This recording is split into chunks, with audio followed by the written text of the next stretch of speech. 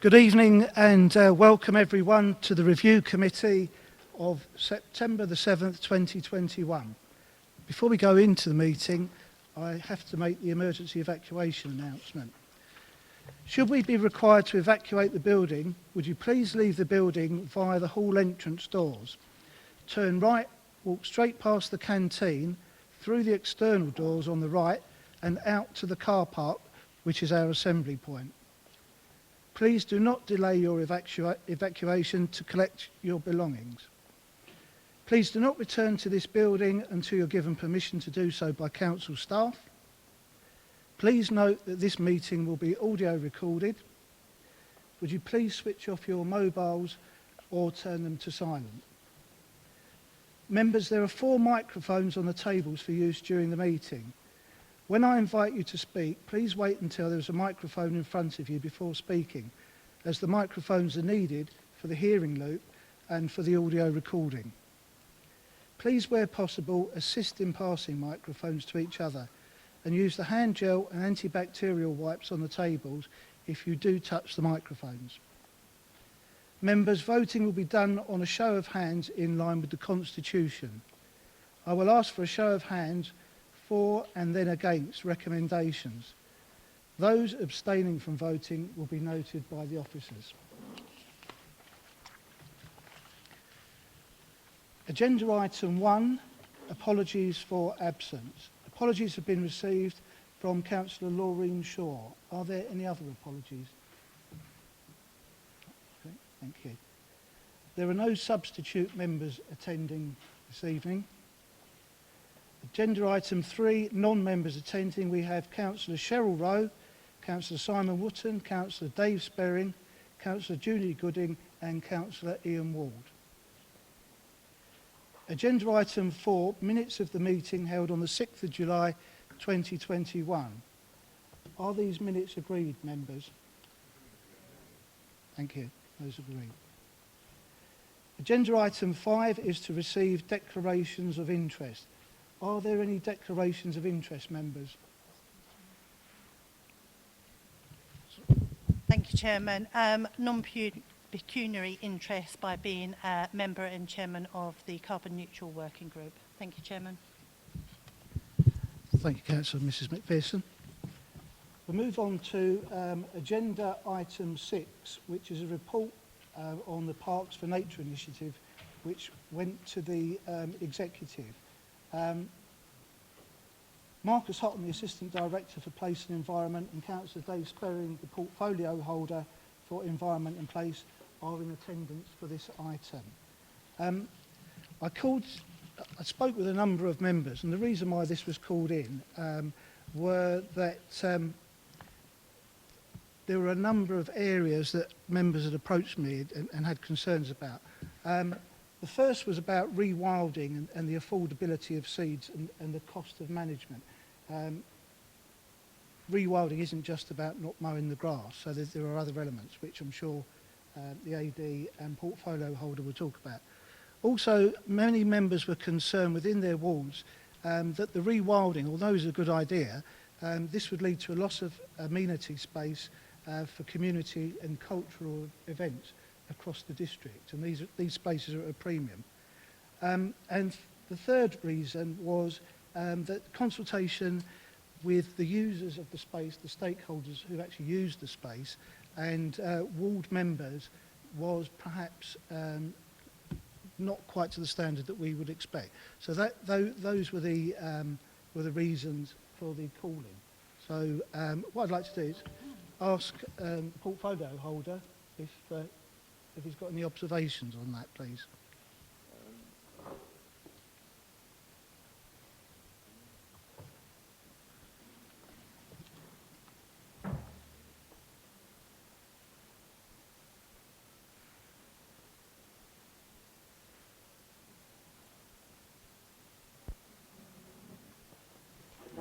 Thank you, Chairman. Yes, we've initiated this as part of the Council's policy towards carbon neutrality by 2030. This is the first step in a very long process. We fully understand that and we fully accept it. We had to start somewhere, and we have made an initial start. There's more to this whole process, as Mr. Houghton will explain, regarding resources and how we administer our grounds maintenance in future, rather than just rewilding. We are aware of the limitations that we have financially and by the need for wildflowers, etc., etc. I'm sure Mr. Houghton can go into the costings of this and the total labour commitment that is necessary. It's not just, oh, we'll throw some wild seed down and they'll grow automatically. We also know that in this area there is a huge problem because of the very nature of the soil with wildflower growing. That's a simple reality. We appreciate that this is a very tentative step forward, but we have made it very clear from step one. This is the first step. We are quite happy to talk to members of the public, but obviously to try and talk to 400 of them isn't going to be easy because they'll all have their own interpretations of what should be done, what shouldn't be done. But by and large, we feel that there is enough space in a number of our open spaces that we could allow meadowland to regrow. We could, in some areas, plant whips as, again, part of the carbon neutrality. But we do believe that there is still sufficient ground for residents to utilise either play area or just straightforward recreation area. This is a flexible scenario. We have no problem. We made it very clear from day one. This is an ongoing conversation. And if we find that we've got it wrong in the first place, then we will adjust it. We're not concreting anything over. The last point, sorry, Chairman, was about consultation with, as far as I'm aware, an invitation went out to all councillors as to if they were available to come to meet with myself and Adam Aldridge on site visits. A number of ward councillors did come along. I think the only occasion that nobody turned up was when we were visiting 2 sites in Rayleigh. But otherwise, I can look round here and see a number of faces who did turn up for various meetings in various locations across the district, whether it be Great Wakerin or Hockley or Hawkwell, Ashington. Members of the council were invited and did attend, Chairman. Perhaps Marcus would like to elaborate on some of the other aspects now, Chairman. Thank you. If I may, I'll just read out from the minutes of the executive, just I think because it emphasises what Councillor Sparring said. So if you forgive me for reading direct. The leader stressed that there was a commitment to community need when there might be conflicts. When community and leisure needs conflicted with the projects, then the council will be flexible to ensure that compromise is found to ensure that such needs are also accommodated. The portfolio holder confirmed that this is to be the case and added that the grounds maintenance service being delivered in-house from December 2021 would give the council more flexibility. So I think, in terms of that, it's quite clear that you've got something there that's recorded formally from the leader, that's backed up by the portfolio holder, that there will be a flexible approach. There has to be a starting point in terms of calculating the level of resources required for the new contracts. The devil in the detail is a site-by-site basis. We've obviously gone through some consultation. I accept that until the grass is growing on the ground, will it be a reality for people at times? And in many ways, it is not hard to cut the grass in a different pattern, or to cut a bit more, or to leave a little bit less off, particularly with what is an in-house service. And that was one of the things that Councillor Sparring and I discussed at length, was the need for this to be an in-house service, so the flexibility was there to allow for the responsiveness to the various concerns that we raise as we go along. But in truthfulness, when you're doing something across this, across a district at this sort of level, then there is a consultation that can establish the concept that it's a good idea. But we acknowledge, I think both of us acknowledge, that in terms of actual sites, that until you get out there and start cutting the grass and start planting the trees, will it become an obvious reality. So it's very schematic. It's about quantities that I can then use to sort of basically calculate the level of resourcing required. But so there will be flexibility as we go along. In terms of resourcing, I think there are three areas, I guess, of resourcing that you'd look at for this. The first is tree planting, and there are many, many sources of funding for tree planting. The three that come to mind are the Forestry Commission, the Woodlands Trust, and the Essex Forest Initiative are three. The Essex Forest Initiative are actively looking for local authorities to deliver their targets, and so therefore it's a current resource that's available and one that we are in conversation with. In terms of the fact that obviously we are leaving the grass to grow longer and then have to cut and collect that, there is a capital allocation of 54,000 towards equipment to do so. And the last, I did put wildflowers because I think that was touched upon.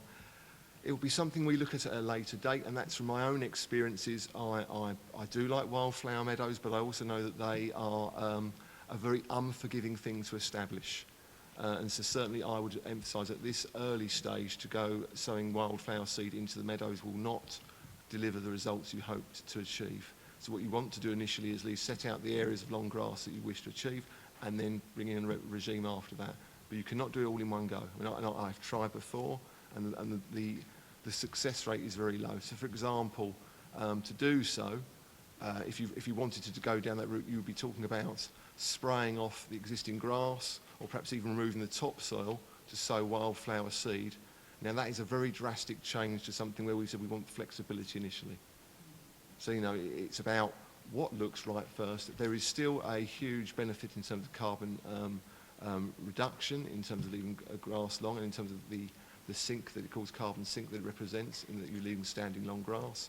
And in terms of things like overwintering invertebrates, it's a very good habitat as well. So it's not always just about wildflowers. It's a great resource to have wildflowers, but some of these sites, and again, I think this is where we'll have to see how each site goes. Some sites will lend themselves to wildflowers better than others.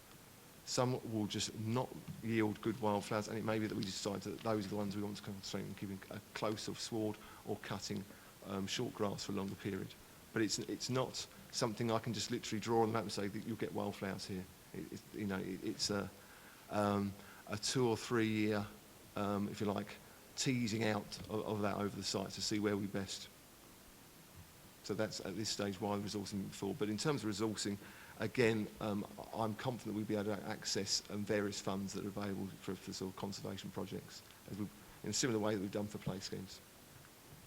Thank you, Mr. Houghton. Do members have any questions or observations?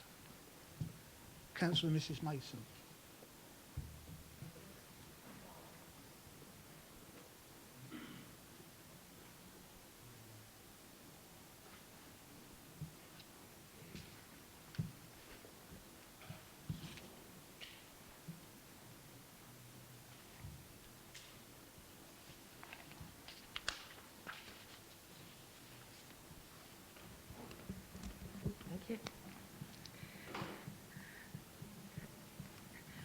Thank you, Mr. Chairman.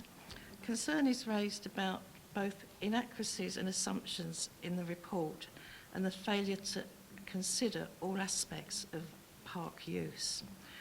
Whilst I am wholly supportive both of rewilding, properly done and managed, and tree planting and meadowland, this report has not considered the demerits of taking our much valued open spaces and altering their use, nor apparently considered the impact on residents that use these spaces.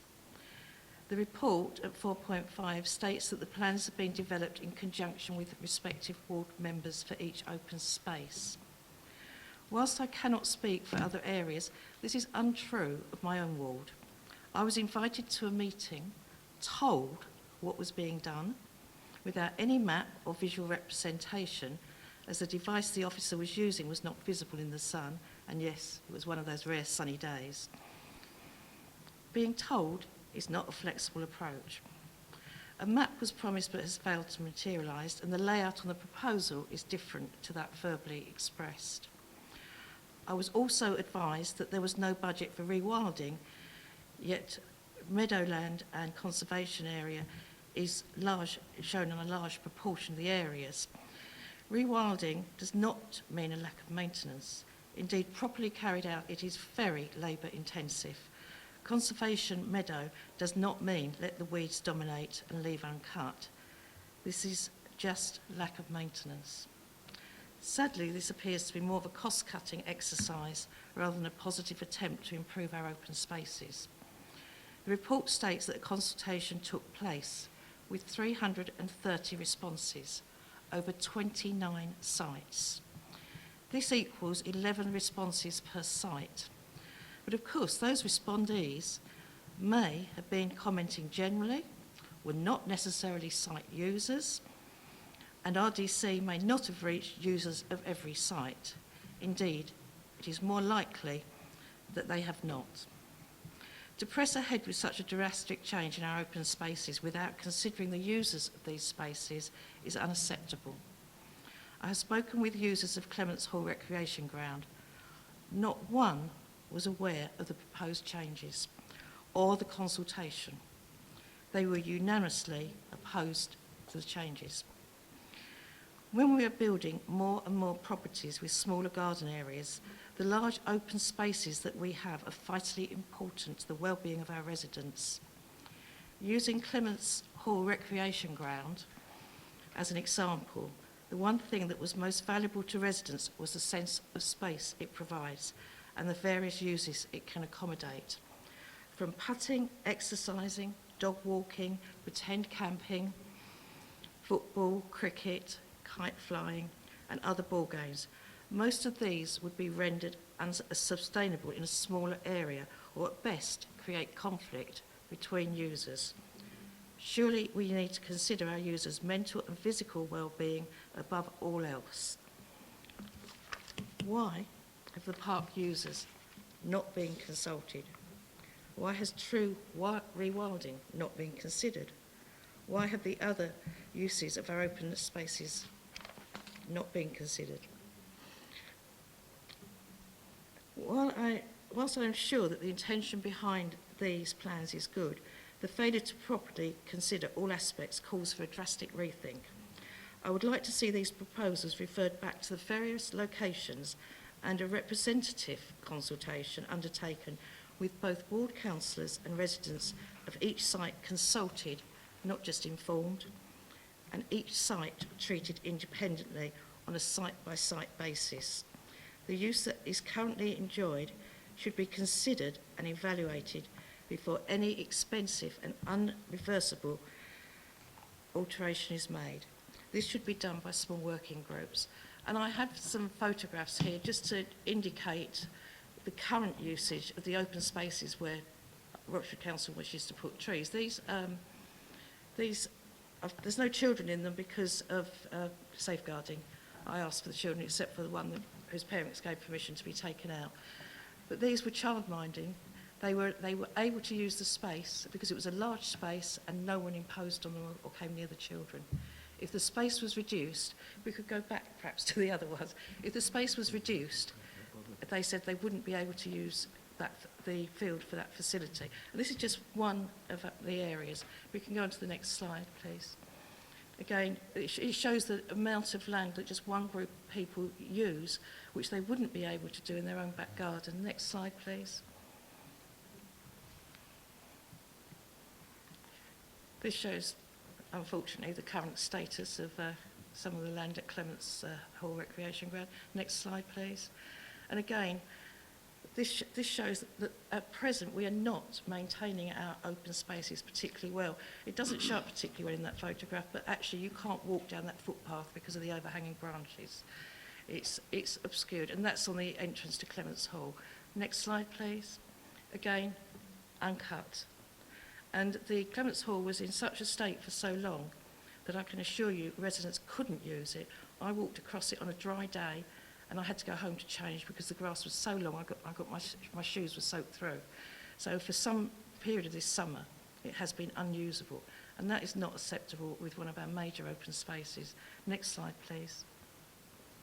Again, it just shows the quality of the maintenance that we have at the moment. Next slide, please. And again, yes, But, and it's unfortunate. I don't really want to criticise. I realise it's been a very difficult year for our groundsmen. But the cutting of the grass and the rendering of this area unusable, there was not one single bench in Clements Hall that our residents can use. And we need to perhaps improve what we have. And certainly I'm all for the suggestion of improving it with planting and some meadowland. But I do think we ought to also consider all users. And I'd like that recommendation that this is referred back to be considered. Thank you. Thank you, Councillor Mason. Mr Cotton and Councillor Sperring, would you like to reply, please? Yeah, I think probably working backwards. If I may, obviously the maintenance of the park is a matter of debate, but it would have. This isn't parks and nature. That this is a product of. This is just a product of the existing maintenance. So, in terms of bringing up tonight, I don't see the value in what you're implying. So for example, these areas would, I think some of these would be cut short, some of these would be left long, but it's hard to draw inference on that because... You've shown these as formal areas. Well, then that's what I'm saying. So although you're saying you're complaining about them being informal here, it's not to do with parks and nature, it's to do with the existing grounds maintenance contracts. Okay, if I can just come back on that. One of the other areas of concern is that this particular photograph here is demonstrating it's in the leisure area. And what this report hasn't considered is the crossover between the future leisure contract. My view is that this area that is shown is next to the car parks. And I would have thought this area should be maintained by whoever's got our leisure contract. And that is something that needs to be considered. The whole thing needs to be reconsidered, I think, on a case-by-case basis. It's not really a debate, I don't think, here, because I think it's so complex, and I think Councillor Sperring is quite right. It is a long-term situation, but it needs to go back to be looked at. And if I can find these issues on just one area, then I suspect other councillors have similar issues, and some that may not have any on their wards, and those can go ahead and the others cannot, need to be tweaked. But to just rubber stamp the report as it stands, I think would be a mistake. But if I may, again, the executive minutes, are fairly explicit in that there will be flexibility. So that there's a starting point in terms of resource, but in terms of exactly where grass will be cut and where it will be left short and long, it has to be by site. And again, the consultation that was undertaken was more about the principle.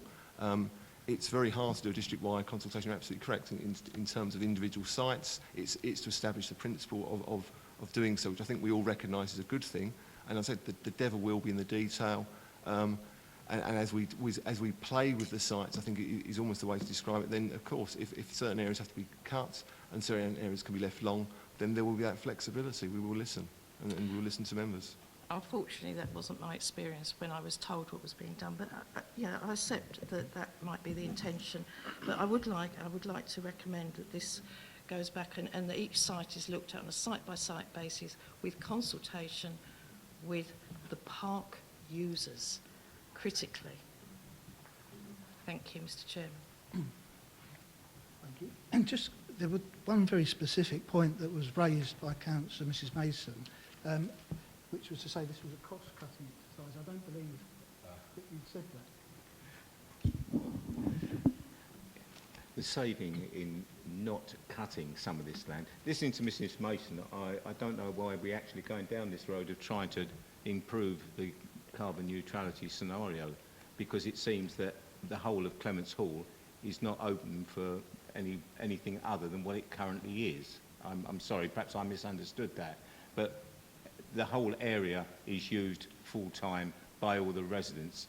So if that's the case, I'm no doubt most of the councillors could say the same case for everything. So the whole scenario would never get off the ground. The reality of what it would cost to cut the whole field instead of 3/4 is negligible. The fact that Marcus and his crew have to take a very heavy unit to carry all the mowers, etc., down there, probably uses more of the diesel. We're going to go down there with the mowers. All we're talking about is instead of cutting for 20 minutes, we're cutting for 15. In the whole scheme of things, the money involved is negligible in the whole budget that we have to deal with each year. So to say that it's a cost-cutting exercise is just a misnomer. I'm sorry, it doesn't exist. That is not the principle behind what we are trying to do.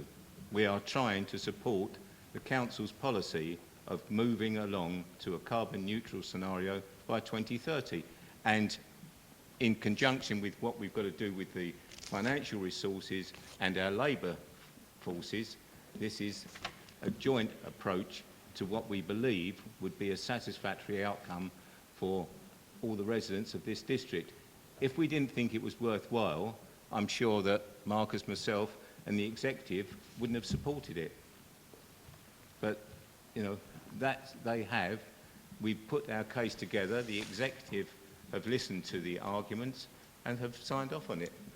I don't think there's really very much more I can say, Chairman. Thank you, Councillor Sperry. Councillor Newport, please.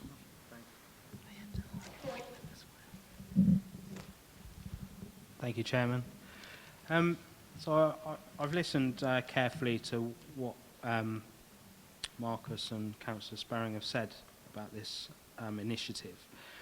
So I had prepared something, so I'm going to try and adjust it because I don't want to go over old ground with this. But I assume that I'll just lead with a question, because I assume that the reason the report was linked with the grounds maintenance contract, and the grounds maintenance contract is on the agenda, is not being discussed. So I'm not really going to discuss that, but I just wanted to raise a point out that where there is a saving of 100,000, and I wondered if that money was going to be reinvested in the parks and green spaces into this initiative. So that I'll leave that question there. So I note that in the report that the council assumes that the options available would improve the open spaces. But I think that's rather subjective, depending on who you are, okay? So can improve things for wildlife, or it can reduce the amenity for residents. There's a fine balance to achieve, and I think we'd all agree with that. So I think this goes back to the point of the consultation, and I think this is quite a bugbear, because as a ward councillor and my fellow ward councillors, we've received over a dozen emails and messages about it, particularly in one area behind Rayleigh Leisure Centre as a site where that space has been not maintained. So if we were to leave that grow long in the future, you know, they've already noticed the loss of amenity in that space.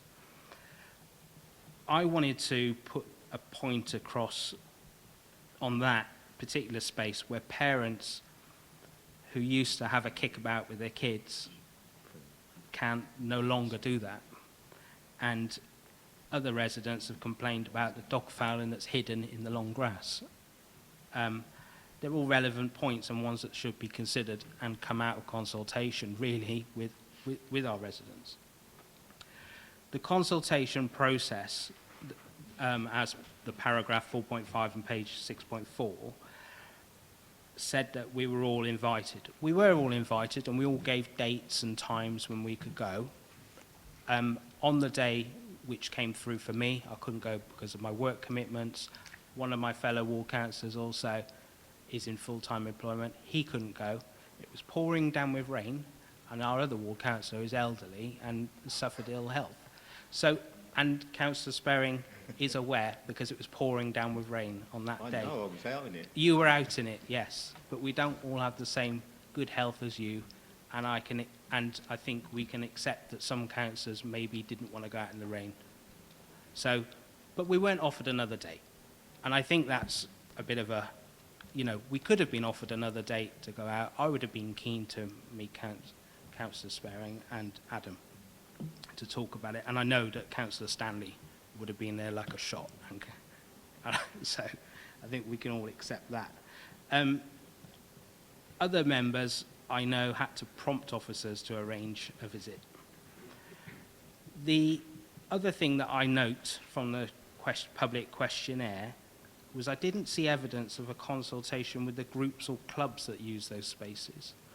Now, I've had groups and clubs contact me, football groups where they do training, didn't know about it.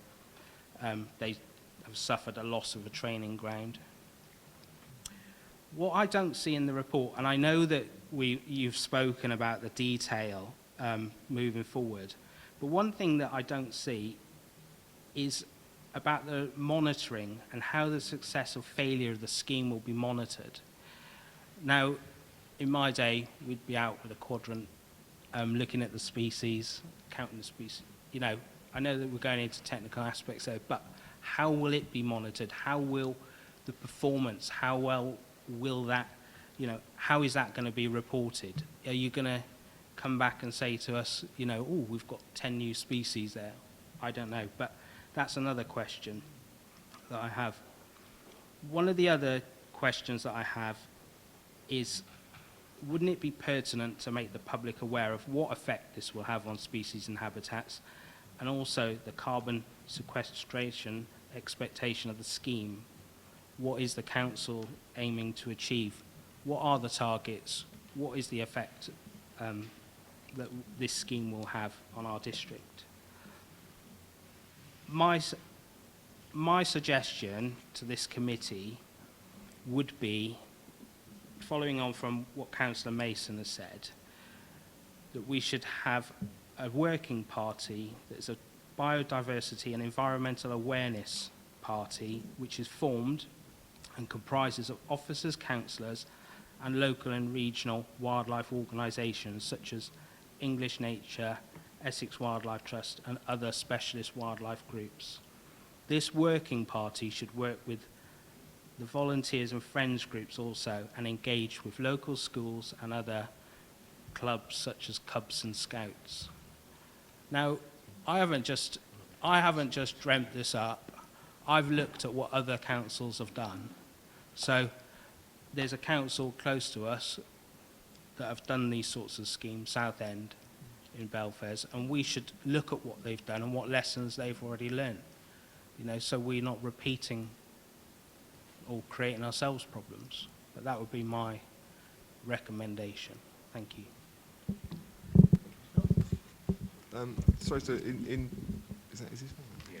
response to the recommendation, yes, it's. I thought you were actually going to say Basden then, because it's what I used to do as a job there. Very much this sort of thing, working in partnership with Wildlife Trust, Natural England and the like. We had a Wildlife and Countryside Forum where we discussed how we could further biodiversity sort of gain for the district. So I guess you're right, it can be done.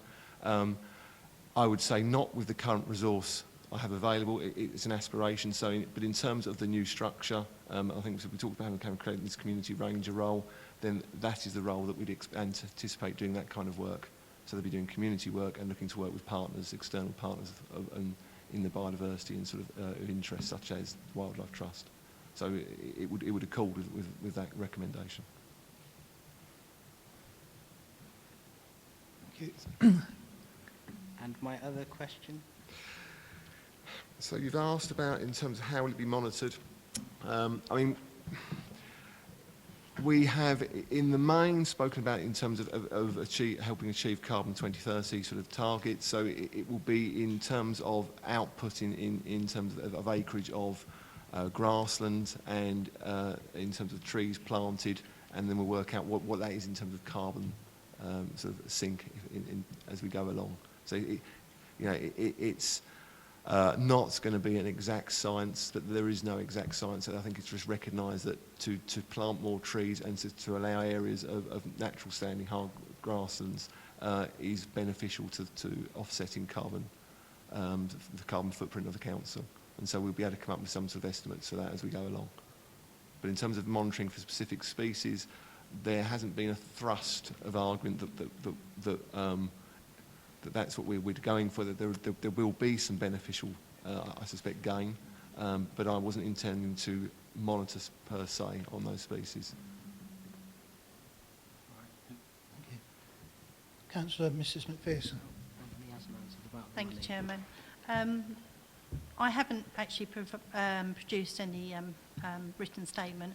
I must admit, I don't know about other members. If I have a question on anything to do with this or other items, I do tend to always ask the officers or the portfolio holder, who often come back and quite quickly and answer those questions.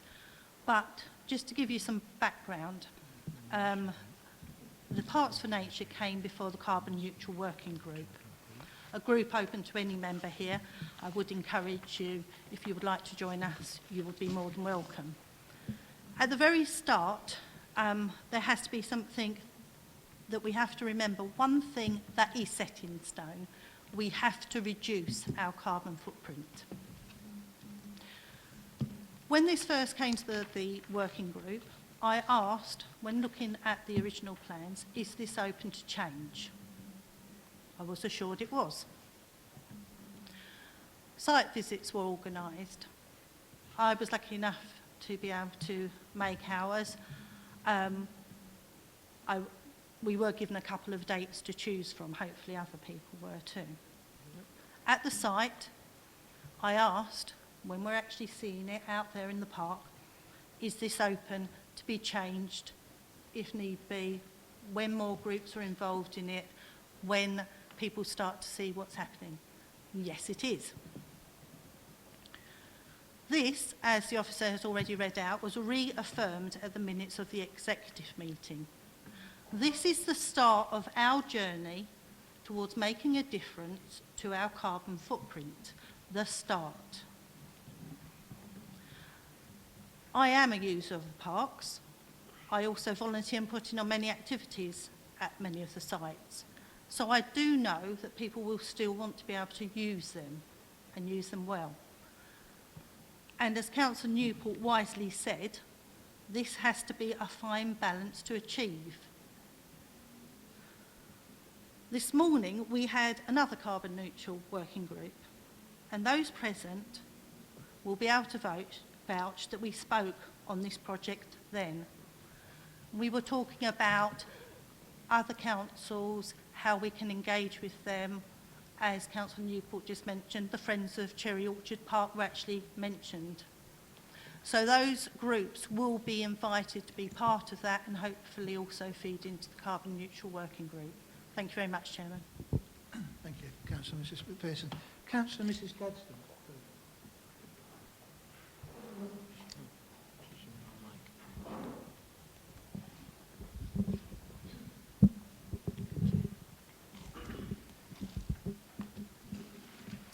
Chair, Joe's actually said quite a few things that I was going to comment on. From my understanding, from the onset, the portfolio holders made it very clear that this is a work in progress, that things can change as we go along and nothing's set in stone. And regarding the consultation, I believe I was one of the first members that went out on the consultation. And I was given various options of which time suited that I could attend. And I'm just wondering who Christine Mason, who this officer that Christine couldn't get a word in, who was... oh, sorry, what was it? Not offered. Told to what to do. I found it... Told. Sorry, I'll correct that.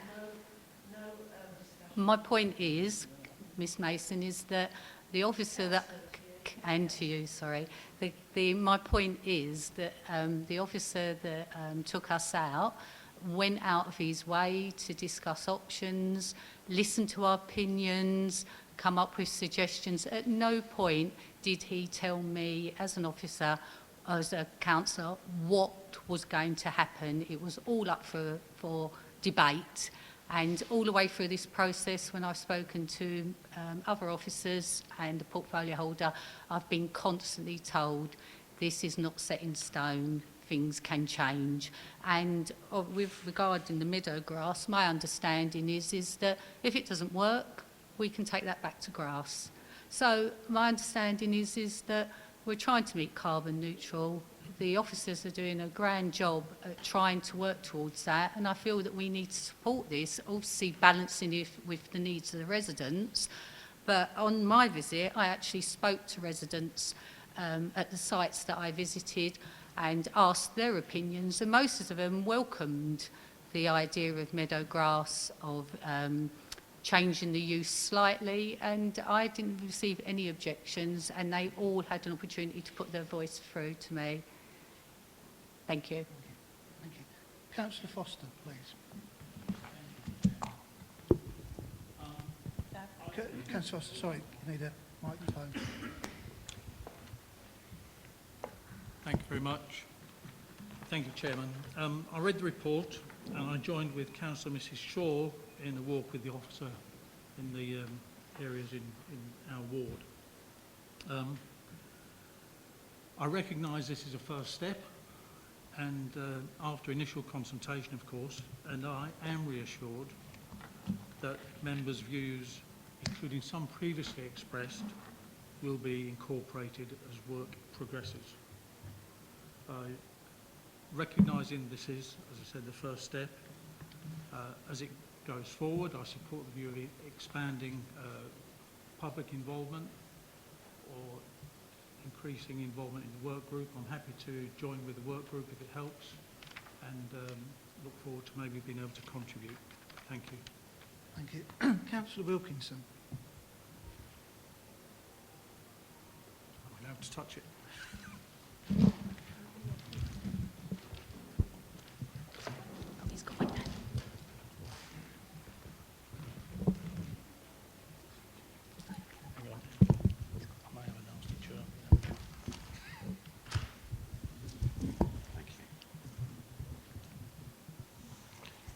Thank you, Chair.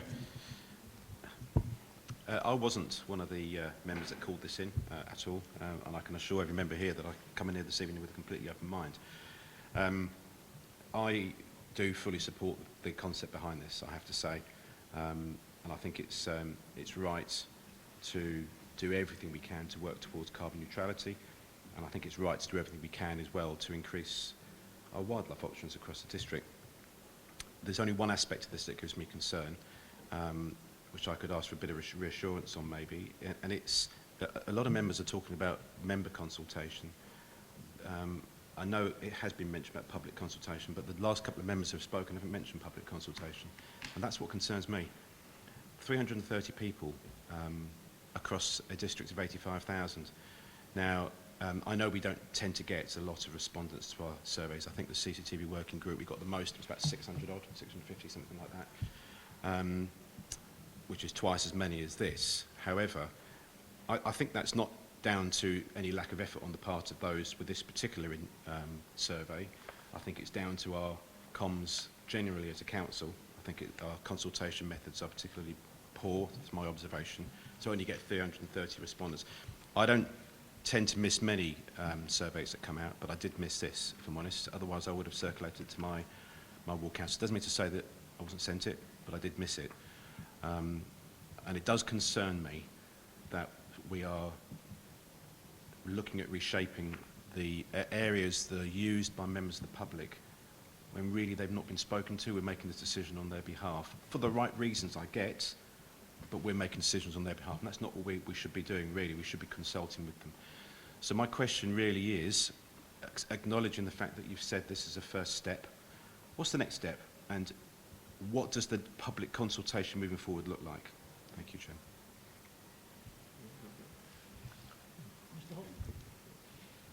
So, I mean, so like I said, it's consultation site by site can be quite challenging, you know, and having undertaken site management on sites before where I've, you know, in my younger years, optimistically written management plans and then put them out for consultation and the like. The response can be quite low, and from experience, quite often it's only once something is happening on site do you tend to get the response that you require. But in many ways, the maps that were created were schematic maps, almost block maps, just for us to work out quantities, what we're working with in terms of resourcing.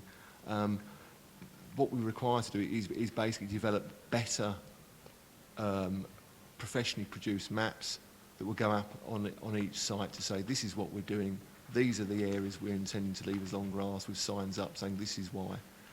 Now, in many ways we're encouraging response to that, but I don't, trying to encourage a individual consultation for each site, I suspect will be a law of diminishing returns in terms of efforts.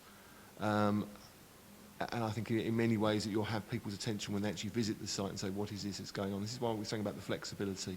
Because with the best will in the world, we'll have some people say, I don't want to see anything change.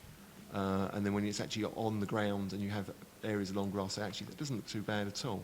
It's, you know, there's an aesthetic level here that's quite hard to translate and communicate until it's actually there in front of you. So the next stage is to develop decent maps that look credible. But in doing so, we did want to speak to members again because we've heard what's been said. So, you know, in terms of actually shaping those, because at the moment they are very blocky, and I certainly wouldn't want those to be seen as a final solution. So we want to produce something that's actually can be put up at each site to say, this is the Parks and Nature scheme, it's badged up, this is what we're proposing for each site, and you start to put up individual sites, say this area has been left as for conservation, so people can see which areas are going to be left, that kind of thing. But it's very hard to, it's very hard in my experience to translate that particularly well until it's actually happening on the site, and that's just my own personal experience of these things in the past with management plans and the like, that you can consult to the nth degree and you still do not get the response you expect until you actually are carrying out, and that's hence why the flexibility is there, and that's why I think we've emphasised all the way through, we will be flexible to people's concerns and needs as they develop. Chair, may I just come back if you don't mind? Thank you. Thanks, Mr. Holden. Do you think that 330 respondents is a meaningful consultation, and is it something you can form your plans moving forward on? And if not, what can we do better? Because in my view, I don't think it's meaningful. I think it's an awful response. Really, we should be looking at that. How can we do that better? So I mean, our answer to that, but just a little bit of devilment, what would you say is a decent number, so we can hold you to that for future consultations? A lot more than 330. Well, that's not... a lot more than 330. So, but that's not in itself. So you understand, so the consultations are a little bit of a... so from my point of view, if the consultation had come back and said it's 50-50 in terms of responses, then you'd say as a litmus test, as a temperature test, this clearly is something that needs exploring further as a policy.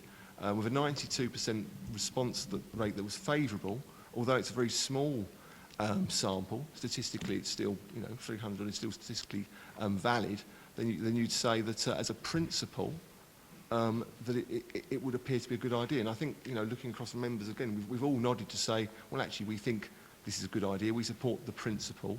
And the questionnaire was very much about the principle across the districts. We didn't, to try and to do a sort of questionnaire that on individual sites just wouldn't elicit the response you require to do something meaningful. But whether 300, I would say that is comparable to other districts that have done this kind of survey as well. So the response rates are generally low. But again, as I'm saying, if you said a number, and you've ducked that, but I said, in terms of if it's 600, 1,000, what becomes acceptable?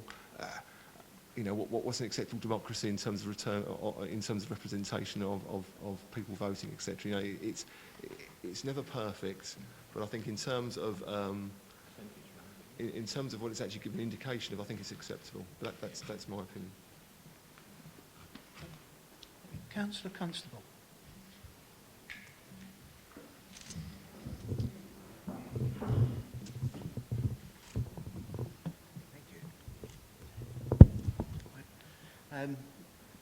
I've got a couple of issues on the consultation.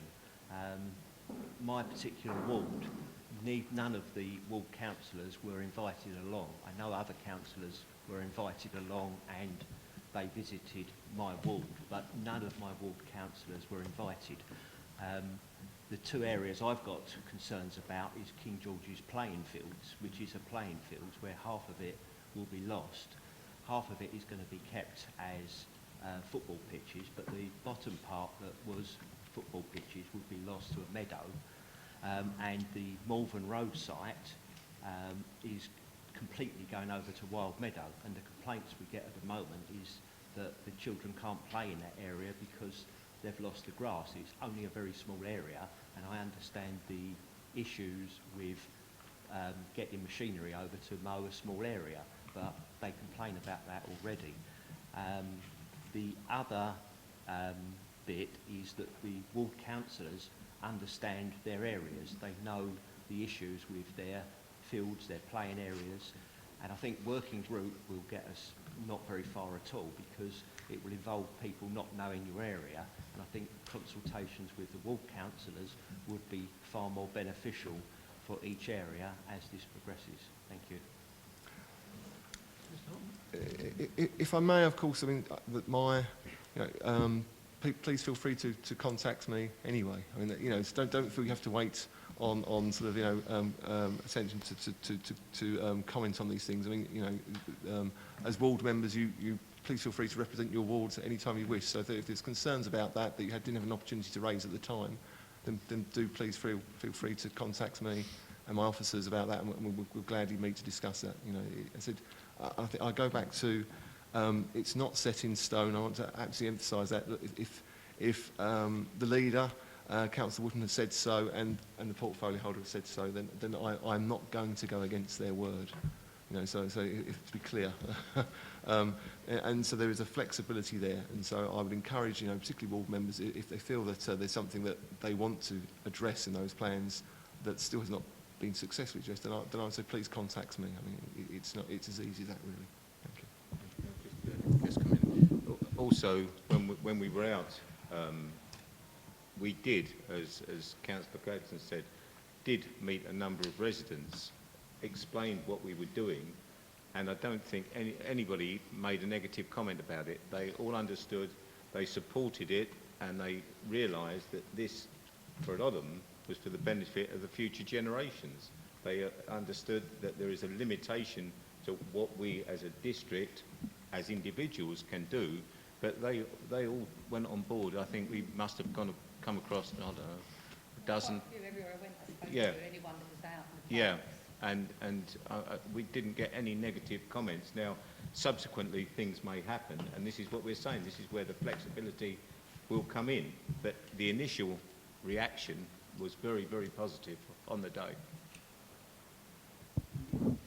Councillor Dray. Thank you, Chairman. I support this initiative. It's certainly a start. It's going to be flexible. We've got to start somewhere in order to be carbon neutral by 2030. There has been a public consultation, which may or may not have been perfect, but it supports a concept. I'd also like to echo the words of Councillor Mrs Gadsden, in as much as I was given a number of dates to meet with Adam Aldridge and Councillor Sperring to go through all the 4 sites within my ward. There was no set agenda there, and I gave my views. In a number of cases, they were flexible enough to accept my views. So I would support this, and I would like to see this come back to perhaps this committee, Mr Chairman, in 12 months' time, just to review, see how things are going. But I support the initiative. Councillor Mrs Mason. Thank you.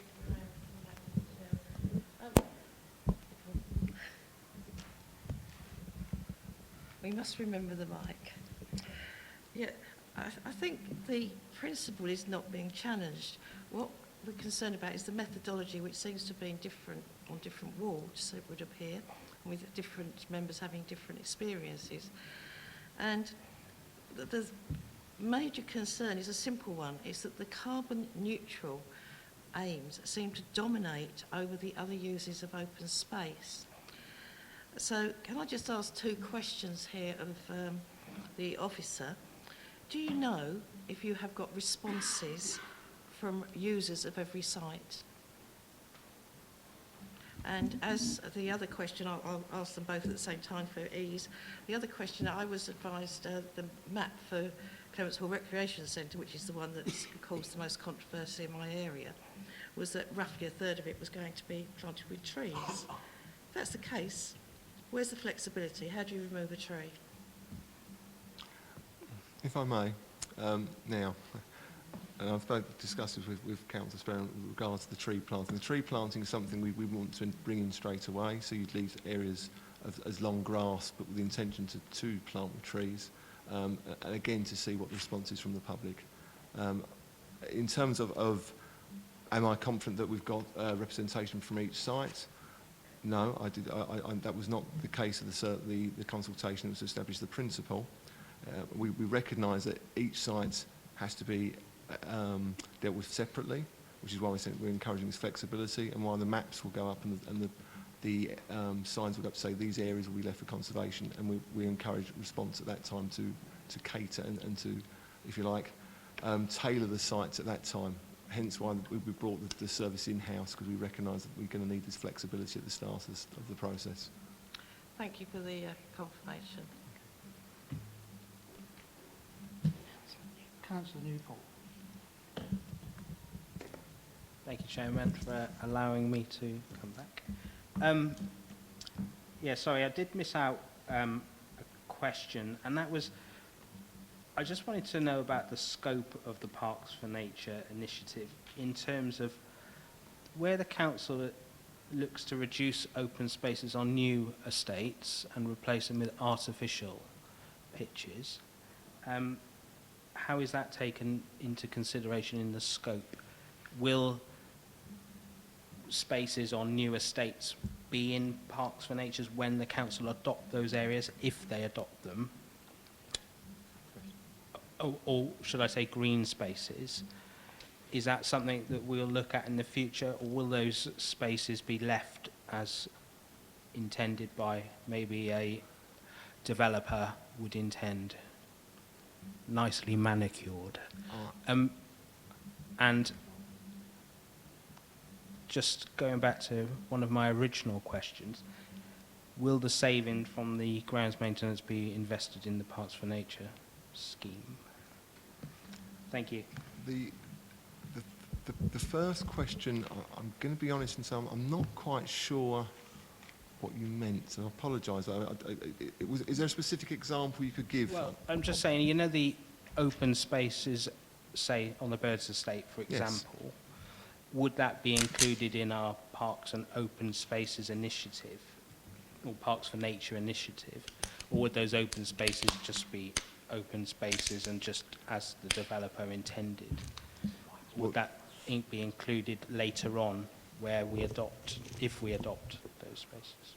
Good grief, there's a hypothetical question. Well, no, because it is something that is being looked at, isn't it? Well, look, if they're adopted, then I think that's the time to ask the question, and I can give you an answer. In theory, yes.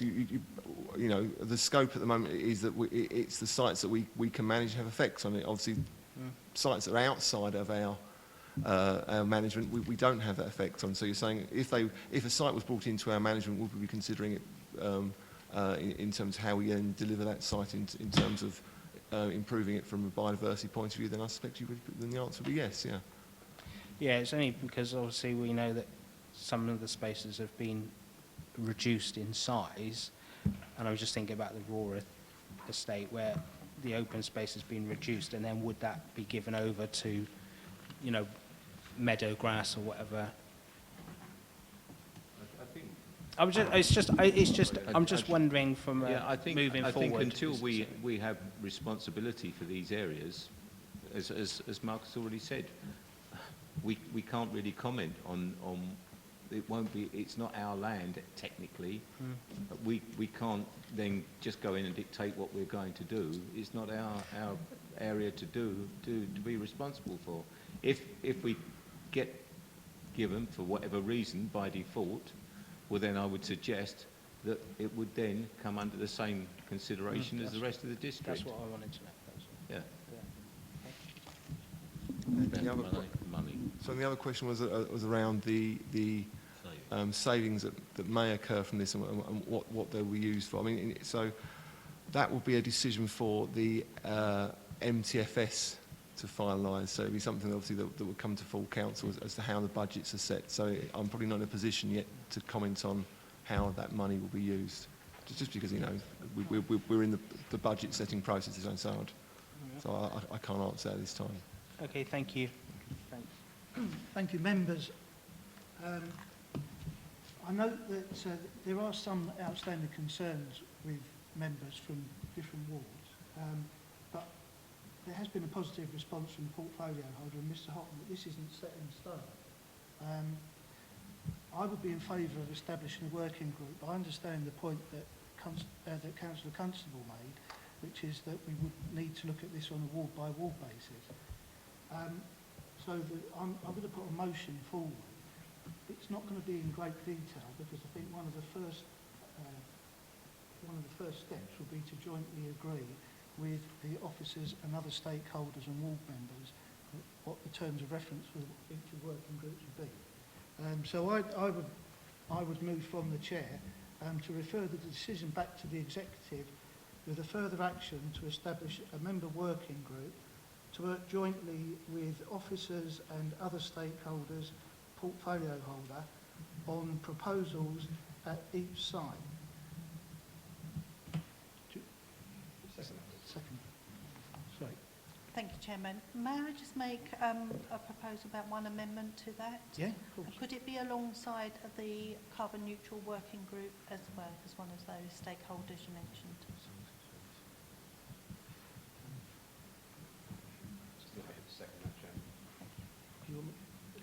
Did you get that, Sonia? Do you want to read it? Okay, so that has been moved by myself, seconded by Councillor Wilkinson. Those in favour of the motion, please signify. Sorry, Chairman, if I may, can you just repeat the wording of that motion?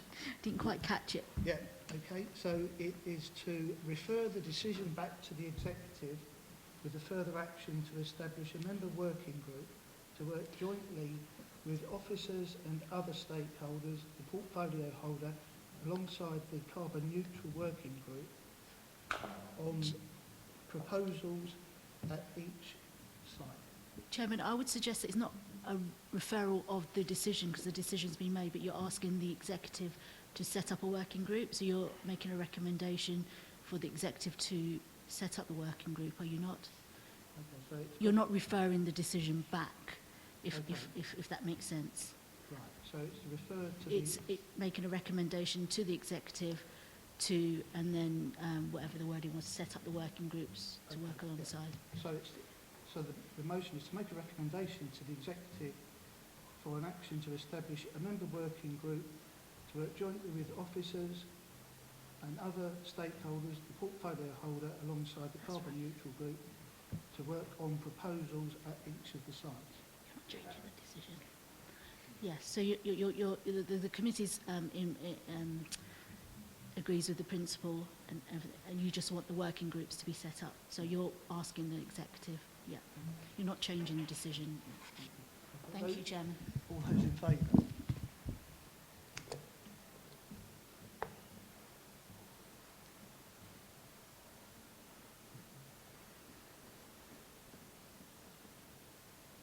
Those against?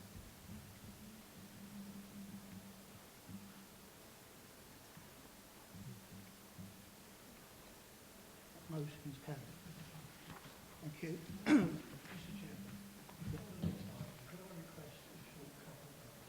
Yes, of course.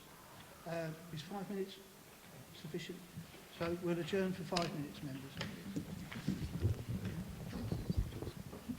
that case, I might go as well. Can go on a bit longer than planned.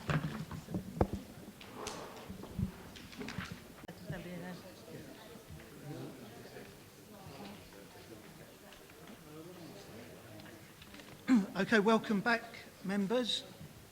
We've now got item 7, which is the management of public open spaces. This was a working group established by this committee, and Councillor Mrs Mason is going to provide a verbal update on the work of the working group.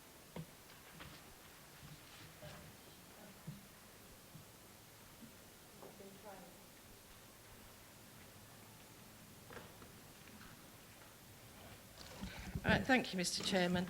The question raised earlier about of sites outside of our management leads very nicely actually onto this item.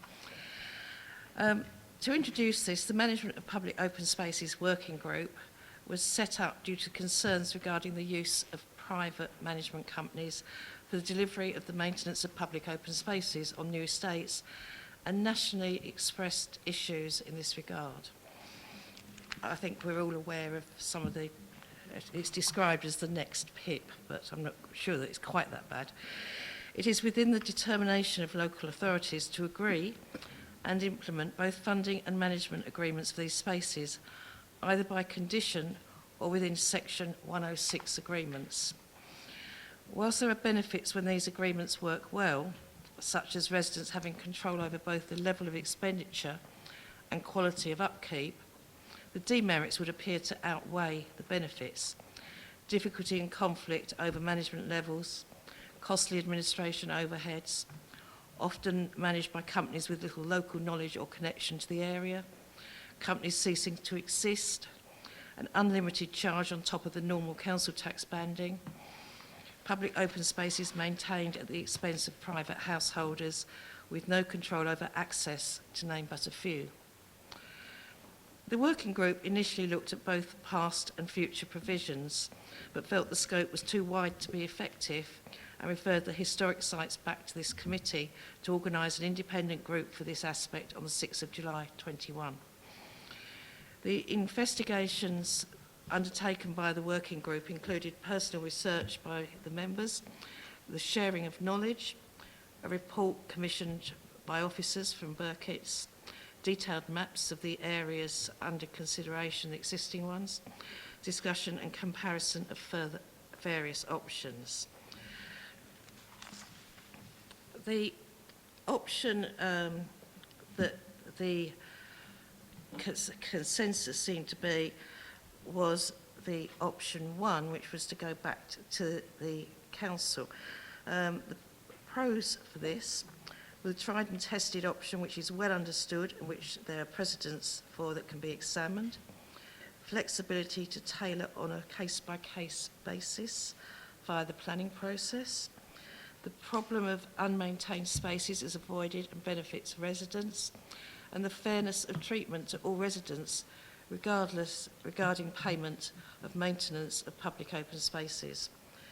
The downsides were the potentially unaffordable costs. The rising costs of maintenance need to be factored into the maintenance charges to developers under the Section 106. Requires the parish or district to be the provider of last resort. And cuts to funding might lead to the district or parish undertaking a minimal and unacceptable level of maintenance. So, very briefly, and I'm trying to be brief, the conclusions of the working group was the general consensus was that maintenance of public open spaces should be brought back under the council's or, if appropriate, the parish's control on a case-by-case basis, with provision made under the Section 106 agreements and appropriate alterations to the council's policy made if needed. That this should now be dealt with by the appropriate portfolio holder to determine a way forward with officers, and to assist, it is suggested that the portfolio holder considers the public report by Chelmsford Council, this being helpful here, I hope, who have recently explored this area and arrived at the same conclusion. And their report is publicly available and I think very helpful. So the recommendation is that the appropriate portfolio holder instigates an alteration to the council's policy to allow for public open spaces on new developments to be maintained by either the council or parish council on a case-by-case basis, as would be done under any conditions on planning, and that the portfolio holder instigates a change to the Section 106 policy as necessary to facilitate any change in policy that's required. So, very brief. Any questions? Good. In that case, Mr. Chairman, if there's no questions.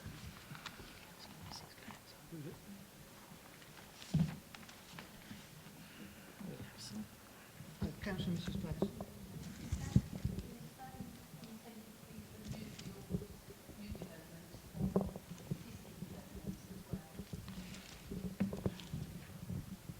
For clarity, Mr Chairman, I think I did say it, but if I haven't made it clear, if it's in a planning application on a Section 106, it would be going forward.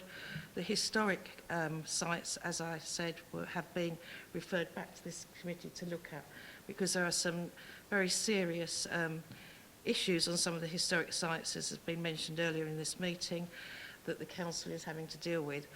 Some sites have worked well, some sites have worked adequately, and some sites are in a very serious situation where management companies have disappeared and residents don't even seem to know that they're responsible for the open spaces that were bequeathed to them.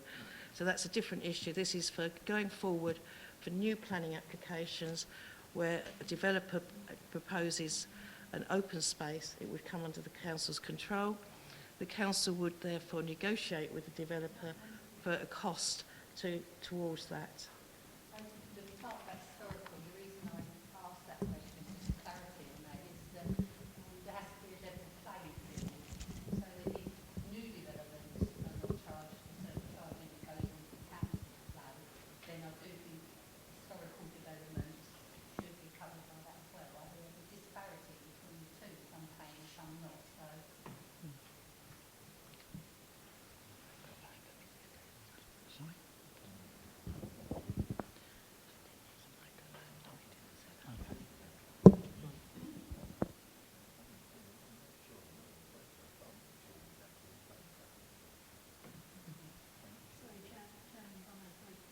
Could you just repeat that?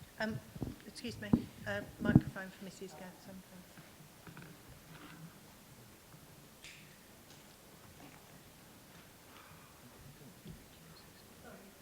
My query regarding the historical developments being referred back for a separate decision, if you like, is that when the decision is made, if new developments are taken into council control so that people are paying service charge no longer, then you're causing inequality between those that are already bought and are paying service charge if they too do not come under the council's unit of taking care of the development, the green spaces, etc. So you then have two tiers.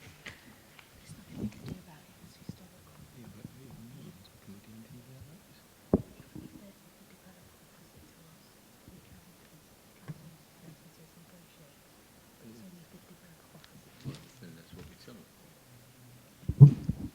So, Councillor, Mrs. Gadsden, there's nothing we can do about historical sites. Unfortunately, those are decided and whatever process is in place is in place. As Councillor Mrs. Mason says, if the developer offers the council the open space, there is an opportunity for the council to negotiate and when it comes under control and any sums or any requirements it may need to manage that site.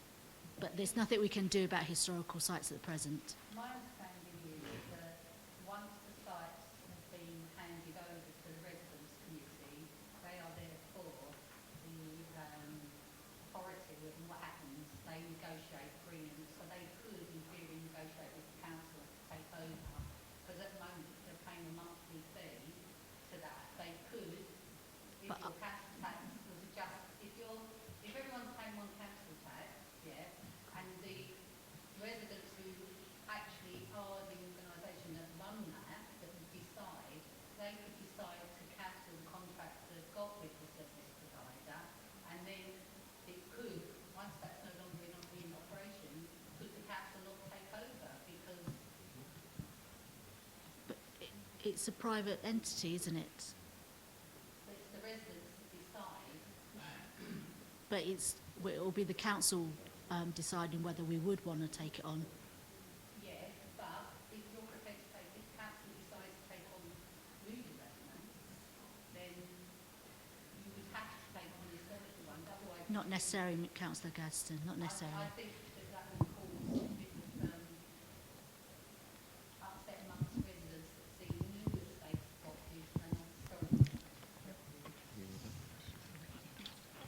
I mean, it would be a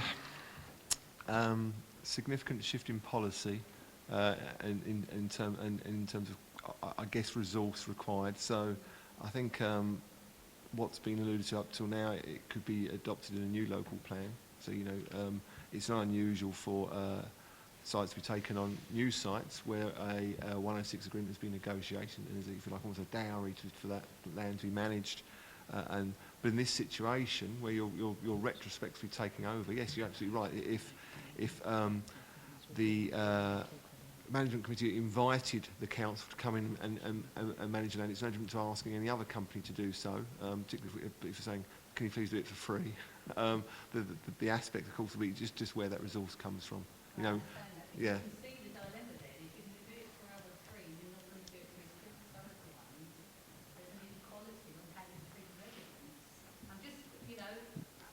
And my understanding from Councillor Mrs Mason will correct me if I'm wrong, that was the driving force of looking at this as the working group in the first place, wasn't it? Was trying to address these disparities.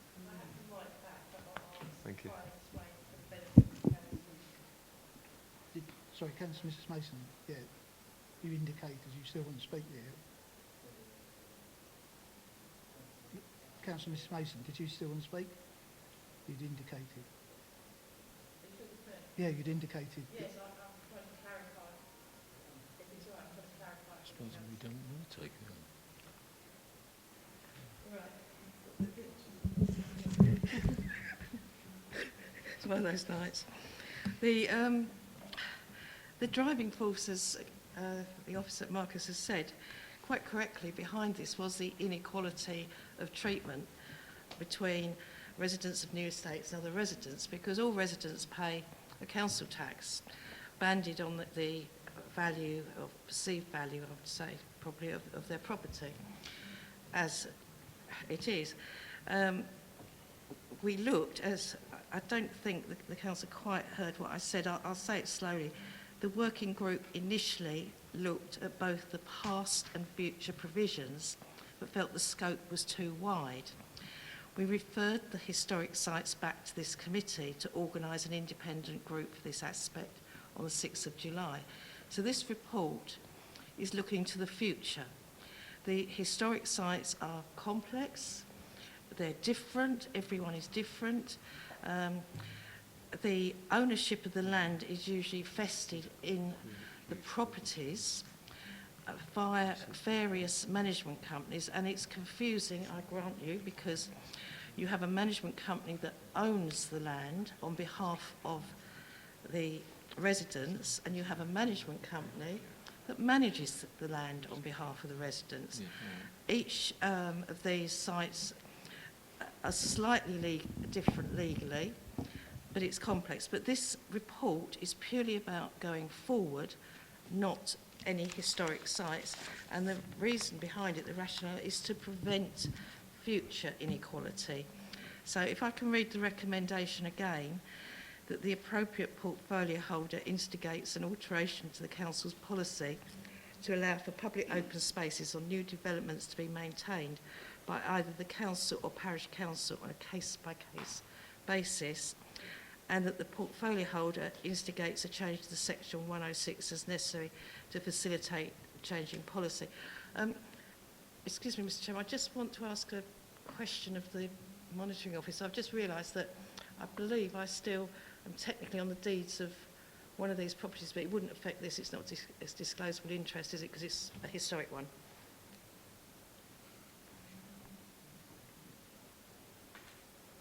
Help. You need to declare an interest? Yes. Sorry, sorry? I think I'm named as a trustee on a property on an existing estate, but it's not a new estate, so that would be okay, wouldn't it? You would need to declare non-pecuniary interest in the interest of transparency. Okay, thank you. I've suddenly realised that I'm still on the documentation, thank you.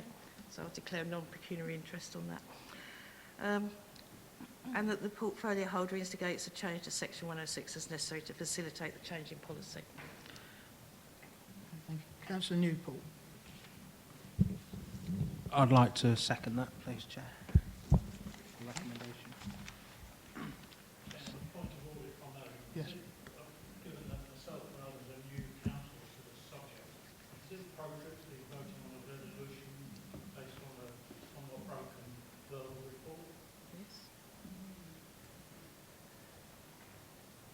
I think, yeah, I mean, that's a good point. I think perhaps we could stay the resolution for this evening and pick it up at the next meeting when it will be written down. So there will, Councillor Mrs Mason will provide a written report on this.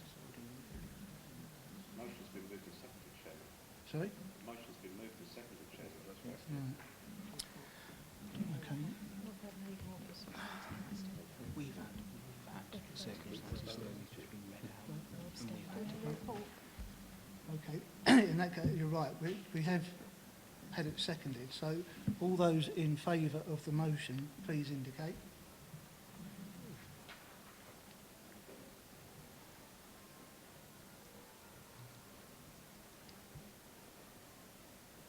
All those against?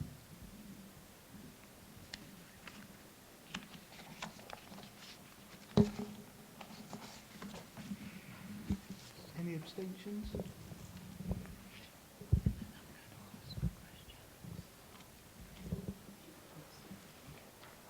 That motion is lost. Yep, Mrs McPherson. Thank you, Chairman. As it has already been requested, perhaps if we could have a written report with some detail for the next review meeting, and then I'm sure councillors will be better equipped to be able to vote on that item. Thank you. Do I have a seconder for that proposal, please? Actually, a point of order, you can't have another vote on it after 6 months now, so it would be timed out. And secondly, the monitoring officer has advised that working groups don't have to provide formal minutes, formal notes, etc., and I will not be providing minutes for that. But however, I will be giving a copy of my information to the officer to put it into the minutes. Thank you. Thank you, Chairman. That's, if that is the case, but I do think that for new councillors, it was quite a difficult thing to be asked to vote on. Thank you. Moving on to item 8, which is the key decisions document.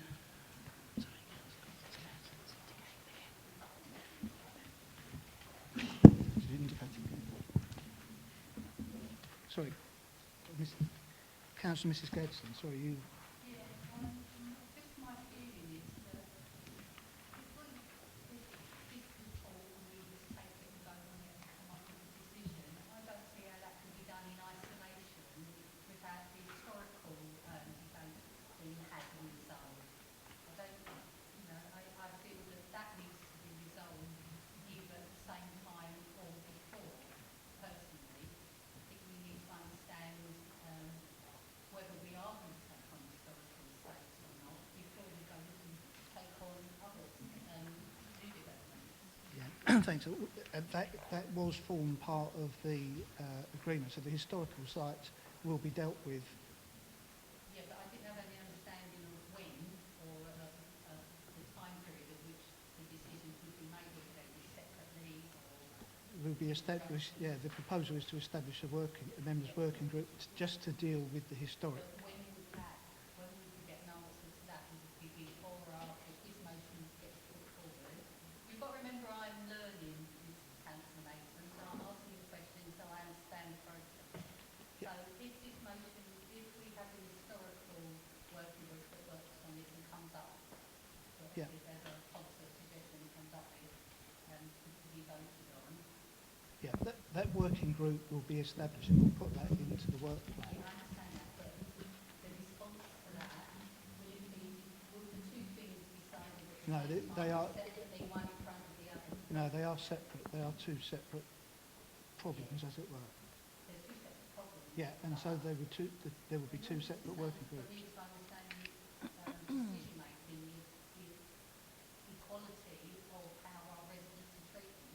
I'd rather know historically what we do with people on historical sites, particularly, whether they are going to be relieved of paying service charges, whether they're going to be maintained by the council before we make a decision about taking on new sites. Because they're obviously longer standing paying these service charges. Yeah, they are two separate issues. What are we? I understand that. What I would say is I would welcome your contribution, perhaps when that working group is established. Councillor Mrs Mason, we'll do one final, please.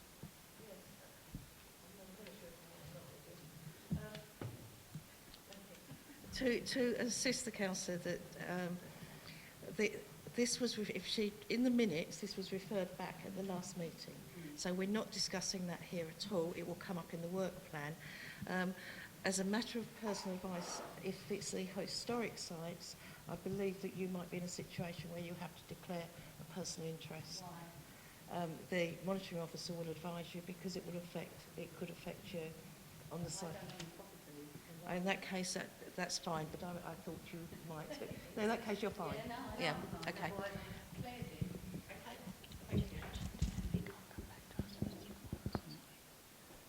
thanks.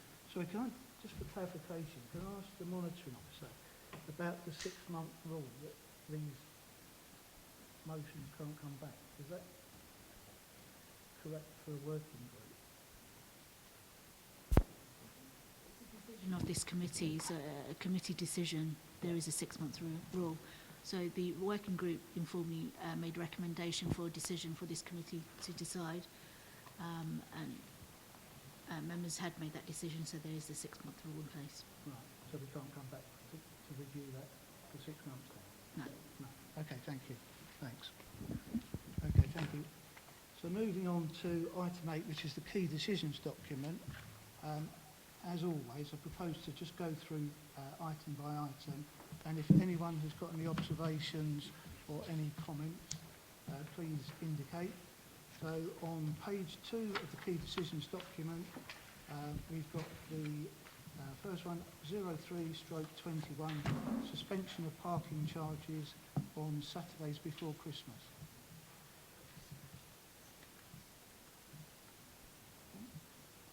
The next key decision, 04/21, is the voluntary sector grant allocations 2022 to 2023.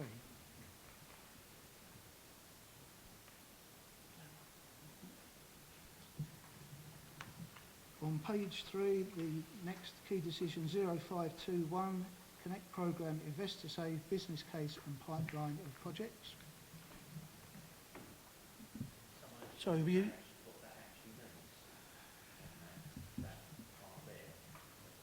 The Connect programme. Yeah, to agree that customer single portal investor save business code. I don't understand what that means. Yeah, please. Thank you, Mr. Chairman. With regard to that decision, they're looking to bring forward a paper on the customer portal, which is the access portal for customers to use the website. So one login opportunity for residents to log in, put their inquiries in and get a response back and to monitor that. Okay. Thank you, Mr. Stevenson. The next item is decision 08/21, which is waste transfer arrangements. The next item is 0921, which is the RIPA policy and RIPA social media guide.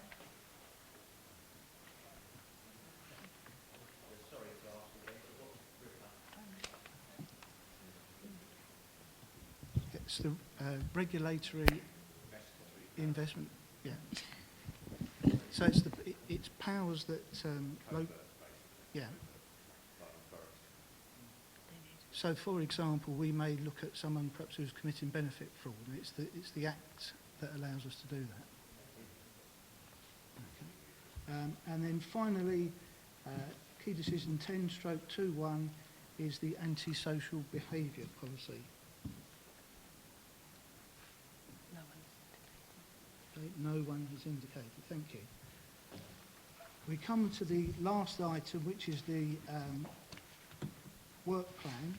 And just to give you an update of some of the discussions that I've had with some of the assistant directors, I've mentioned in the past that I've had a very productive meeting with Louisa Moss regarding the upcoming housing and homelessness policy. And Louisa is looking to produce a report in the first quarter of next year, and she would very much welcome involvement from this committee. So if that is an area that you would be interested in, I'll be writing out to everyone, but if you are particularly interested in that, please let me know, because you can form part of the group that looks at that. Okay? I've spoken to Matt Harwood-White about the disposals framework, and again, I think I might have mentioned this at a previous meeting, and what this relates to is disposal of council assets such as changing room facilities and sports pavilions, that sort of thing. In my conversation with Matt explained that this policy has been in existence for a few years now, and it's probably time that it was looked at to see how it's worked historically and how we could improve it going forwards. So on the work plan itself, if we look at the next meeting, we'll be looking at RIPA, reviewing our annual policy on that. Okay. Sorry, Councillor Wilkinson, you've indicated. I can wait, Chair. It's not quite the end.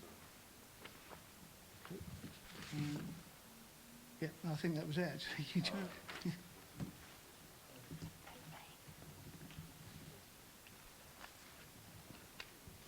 I thought you were going to go through the whole list. Two questions. I noticed missing from here is an update on COVID response. We had a report last year on how we were doing, or how we did COVID, lessons learned, etc. The strategic director presenting that report and her acting managing director role. That's not on the work plan for this year. I just wanted to read that. And the other thing is, are we going to get, as a council, and would come through us in review, an update as to where we are from the peer review, peer review we had 12, 18 months ago through us? Because I'm interested to know where we are with that, what amendments we've made, what change we've made with the council, where we're going with that. Is that something that will come to us on review, I suppose, as opposed to the full council?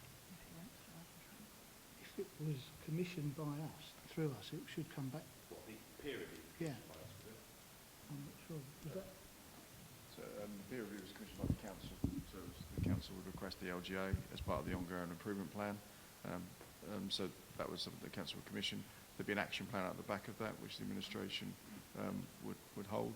If it was something you'd like to see, sort of where the action's gone, that we can look to take that away. I can pick that up with the executive team. I'm keen to know where we are with this, and are we heading in the right direction, and what changes are being made, and what steps are we looking at taking? I think we should all know that moving forward. So to assist that, the LGA come in and do a second review. So they just come in a light touch review after. Normally 18 months to 2 years with the pandemic. Obviously it's been slowed down, so they've normally come in and do that.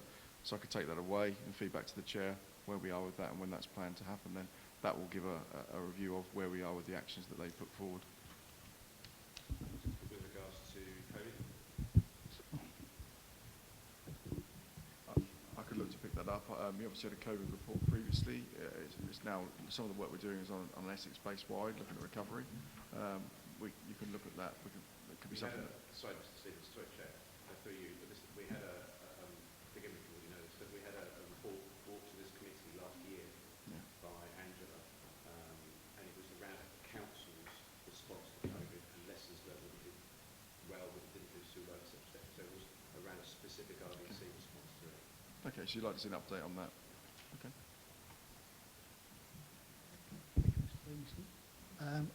Councillor Mrs McPherson. Thank you very much, Chair. I'd like to make a recommendation to go on to the work plan that we actually look at consultations, our consultation process and improvements that could be possibly made to the communications.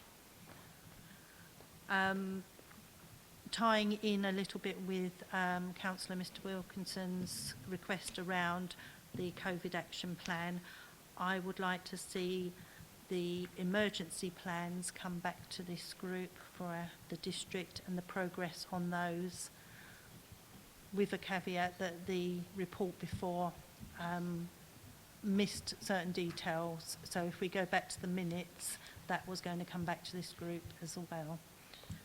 So giving them time to do that, I would see that quite further down our work plan agenda. Okay. Thank you very much, Chair. Thank you. Councillor Mr Shaw. Oh, sorry, Councillor Wilkinson, were you coming back on? I was just going to say exactly the same as Phil was about to say. My apologies, Chairman and Mrs Stevenson. I had to miss the July meeting, and I've just been told that we discussed the July meeting, so cancel that request. Sorry. Councillor Mr Shaw, is that what you were going to say? Yeah. Okay, thank you. Councillor Mrs Mason.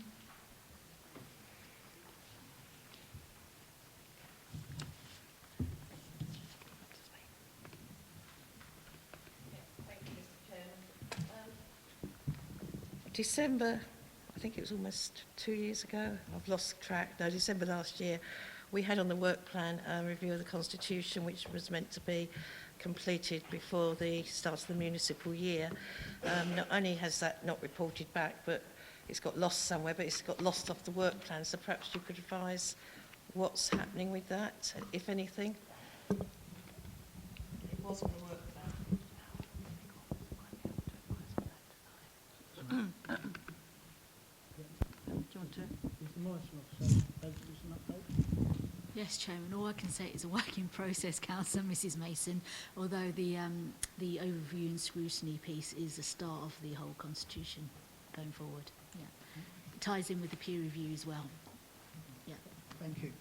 Councillor Newport.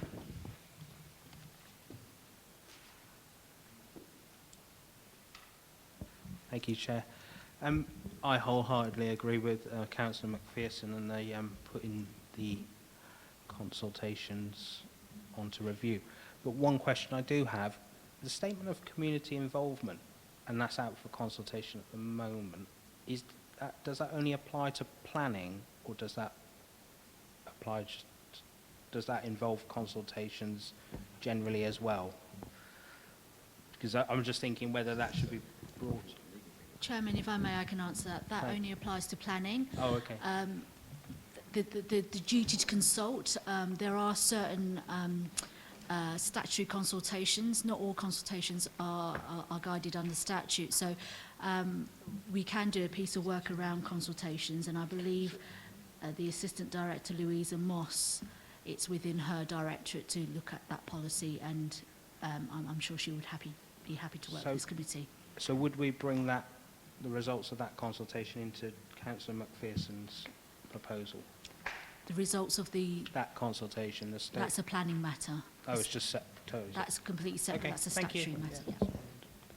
Yeah. Thank you.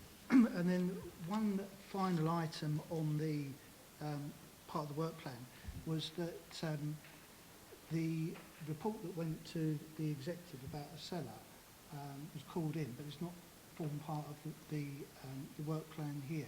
But I've had discussions with the leader of the council, and he produces a regular report. In fact, I gave an undertaking to produce a regular report. I don't want to put you on the spot, but I've sort of pre-briefed you. But Councillor Wootton, would you be able to advise members on how you are reporting the work of a cellar, please?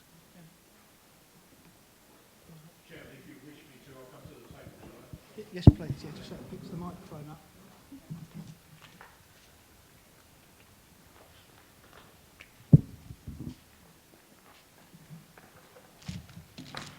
Thank you, Chairman. Good evening, members.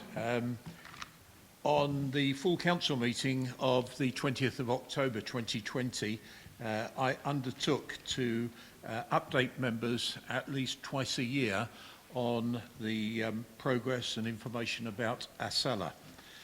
And that accompanied a pretty detailed report, but that was my comments at the time.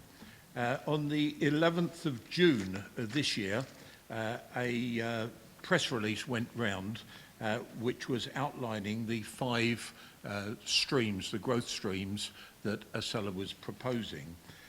And then in July, 22nd of July, we had the executive meeting which proposed the formation of a joint committee that Rochford would agree to being 1/7 of the agreement, because there's 6 other authorities that make up ACELA, and move to a joint committee. Just prior to that executive, there was a 15-slide presentation available for all members on the work of ACELA, and that covered the, in more detail the 5 work streams. But of course the main purpose of the executive report in July was to agree to a joint committee, but it also accompanied the growth prospectus that was put forward to central government. So I think if we look at the communication, of which I was highly critical when I became leader, Chairman, there has been a considerable improvement in the issue of press releases and reports to Council. And I would just finally say that the commitment to a further £2.2 million announced last week for full fibre success, Rochford even got a mention in that press release by referring to it being run between Purfleet-on-Thames and Canewdon in the east. So I think, Chairman, and thank you members, there has been a considerable amount of communication, but that doesn't mean to say that once the joint committee is agreed, there will be a governance requirement for ACELA to report at least once a year to full council and provide a full report. Thank you, Chairman. Thank you, Councillor. Could I just ask you, when will you be producing your next report for full council? I think the timing of that would be following on from the joint committee, from the first meeting of the joint committee. We're in various stages because different councils have taken it at different times. Thurrock actually went as early as March, and we took it in July. I think Brentwood took it around that time as well. Essex may still be in the process. I'm not quite sure. I believe Essex still have to take it to their governance through their governance process, because members may be aware that Essex have come back to the club. They're very keen on being part of ACELA moving forward, given the fact that we've now got much better definition in terms of the work streams and the products that it's actually planning to deliver through a joint committee, which answers a number of my concerns about openness, transparency, publication of agendas, publication of minutes, and general communication. Thank you, Chairman. Thank you. Is there any observations on the frequency of Councillor Wilkinson?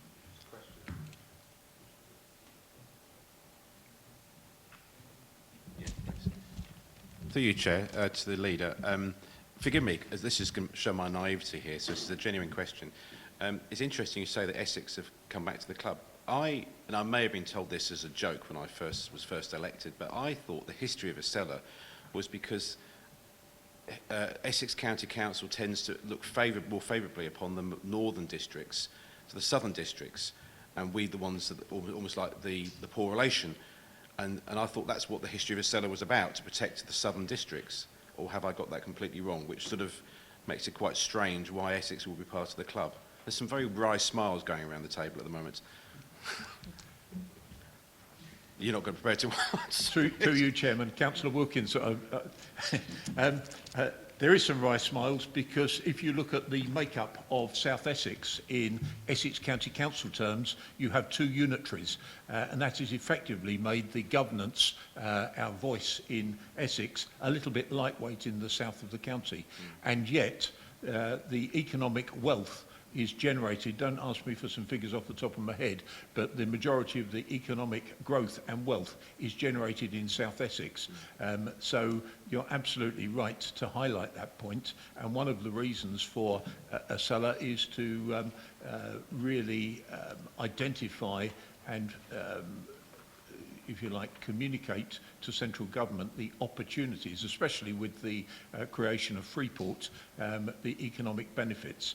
So ACELA does have a role to play to fly the flag of the economic benefits. But In fairness, since the change of administration in Essex in May, there is much greater enthusiasm, shall I say, by the now leader, Councillor Kevin Bentley, to want to be a much more integrated force within Acela, to work with Acela, recognising the benefits. I hope that answers the very much, points. thank you. Councillor Newport. Thank you, Chair. If I may ask the leader via you, Chair, a question or two. Councillor Wotton, how will, or will you, as leader, consult with our residents on issues raised within Acela? And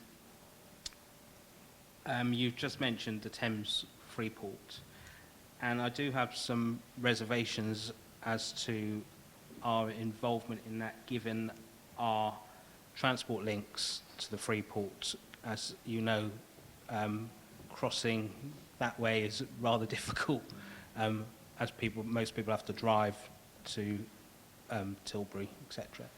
So how, going forward, I guess the question is, how will Rochford respond to the growth of the Freeport, and how will you deal with such issues?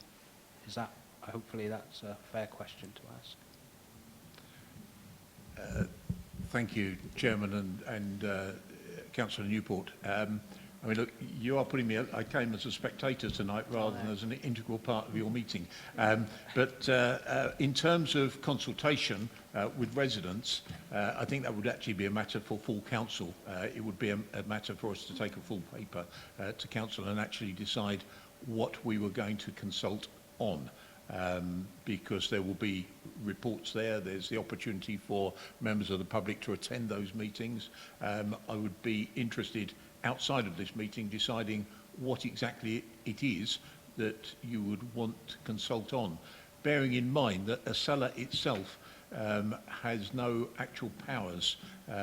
We have made it very, very clear that sovereignty and the governance of all authorities remains with each individual authority. So, you know, it is simply a mechanism to identify and highlight the way in which growth may be generated in South Essex. And there are 5 clear work streams to demonstrate that. So on consultation, I'd be curious to know what it is you think that it would be worth consulting on. That doesn't mean to say that Rochford itself couldn't launch some sort of consultation process, but you are quite reasonably asking these questions, but I'll be honest with you, I haven't sort of thought that through in a huge amount of depth, because I think it depends on how you view Acela. Thank you. Mr. Stevenson, do you want to speak? Okay, thank you. Sorry, yeah, did you? Thank you, yeah, sorry. Yeah. Thank you, Chairman. Just to add to that, just to add to Councillor Wootton, obviously the report that went to Executive had terms of reference, and one of the clear bits around sovereignty and decision making. So if there was a decision around the Freeport, and actually the Freeport on the Thames Estuary bid actually takes into account the whole of South Essex, and I'll call it the ripple effect, but rather than just one single area. So actually the Freeport bid for Thurrock and the Thames Estuary and Barker Dagenham is based on the whole of South Essex. A lot of the other bids in the country are based on smaller geographic areas. If there was some infrastructure improvement for around that, like the highways, so improving the A127 or some of the other A13, then those sort of consultations would be run by the statutory authority, whether it's the Highway Authority or Thurrock, and we would then be involved in the consultation as a consultee as well. And we could run a consultation, just using an example of where consultation might come in. If there was an impact directly in Rochford, obviously we would undertake a consultation for that. So if there was some sort of development that helped assist the Freeport, then obviously we'd have direct consultation on that, but we'd own that as